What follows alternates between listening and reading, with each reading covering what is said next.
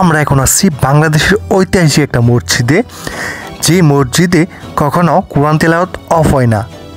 আজকের ভিডিওতে এই মসজিদের সৌন্দর্য এবং এখানে কেন কোরআন তেলাওয়াত অফ হয় না এর কারণ জানাবো। আচ্ছা আঙ্কেল, এখানে শুনছিলাম যে এখানে অনেকে কোরআন তেলাওয়াত অফ হয় না, মানে এটা না হওয়ার কারণটা কি? এটা আসলে নবাব আলী চৌধুরী সাহেব পাশা থাকতেই এখানে কোরআন তেলাওয়াতের ব্যবস্থা করছেন।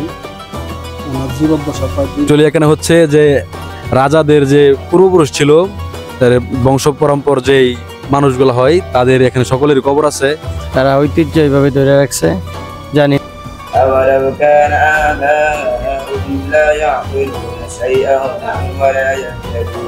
হ্যালো এভরিওয়ান, আসসালামু আলাইকুম। আমরা এখন আছি ধনবাড়ি যে মসজিদটা আছে এই মসজিদের সামনে।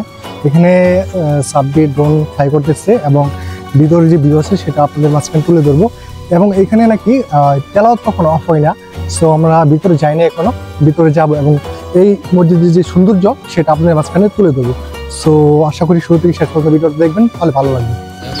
অ্যাকচুয়ালি এই মসজিদে তেলাওয়াত অফ হয় না, আমি বলেছি আপনাদেরকে। সো আমরা এখন যাব ভিতরে যাই না এখনো। তো এই মসজিদের সাথে আছে বিশাল বড় একটা পুকুর। এই যে দেখেন পুকুরটা অনেক বড়, কিন্তু অনেক বিশাল বড়। তো আমরা এখন ভিতরে যাব। এখন আমরা জেনে নিব এই মসজিদ সম্পর্কে বিভিন্ন তথ্য।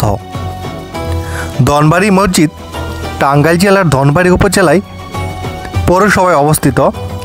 এটি ধনবাড়ি উপজেলার ঐতিহাসিক স্থাপনার মধ্যে অন্যতম নিদর্শন, যা ধনবাড়ি জমিদার বাড়িতে অবস্থিত। আমি যতক্ষণ ধরে এখানে এসেছি ততক্ষণ ধরে দেখতেছি ছেলেটা কোরআন তেলাওয়াত করতেছে। আসলেও রহস্য করা এই মসজিদ। এখানে কেন কোরআন তেলাওয়াত অফ হয় না জেনে নেওয়া যাক এর কারণ, এবং জেনে নেওয়া যাক এই মসজিদের ইতিহাস।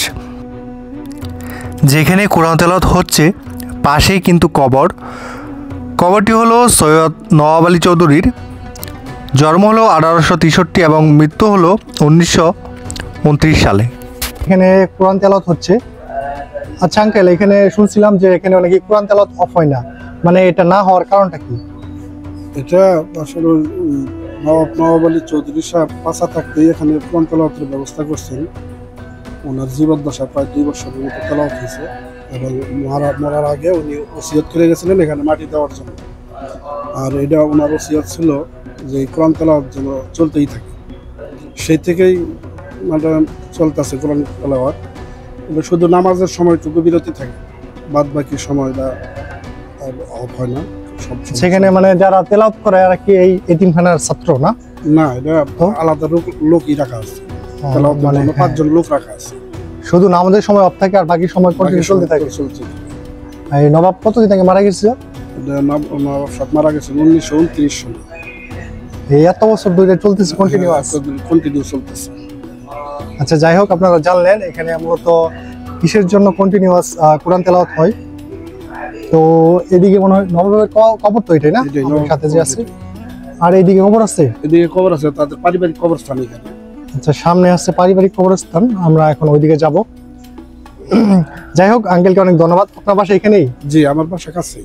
আচ্ছা, ধন্যবাদ। আমি একজন তেলাওয়াত। আপনি তেলাওয়াত করেন? আচ্ছা, যাই হোক, আঙ্কেলকে ধন্যবাদ। তো সামনে তাদের পারিবারিক কবরস্থান আছে, সেখানে যাব আমরা এখন।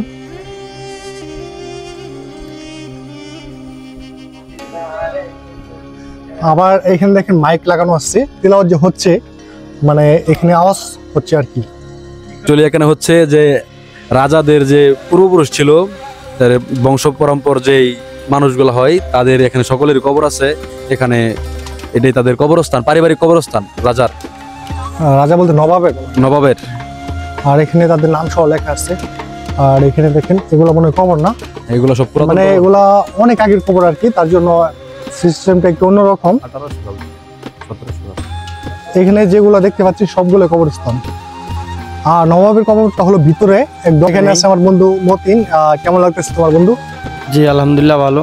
কিছু কিছু কাজ এখানে দেখলাম। আসলে অনেক 1918 সাল থেকে এখানে নবাবের যে ফ্যামিলি ছিল, তাদের সন্তান দিয়ে বাবা মা সবাই এখানে কবর দিয়েছে। যে যেমন সব কিছুই পাকা করে, যেগুলো আসলে আমাদের সিস্টেমে নাই, তারা ঐতিহ্য এইভাবে ধরে রাখছে। জানি না কেমন লাগলো? আলহামদুলিল্লাহ ভালোই লাগছে। যাই হোক, বন্ধুকে ধন্যবাদ। إذا قيل لهم اتبعوا ما أنزل الله قالوا بل نتبع ما ألفينا عليه آباءنا أولو كان آباؤهم لا يعقلون شيئا ولا يهتدون ومثل الذين كفروا كمثل الذي ينعق بما لا يسمع إلا دعاء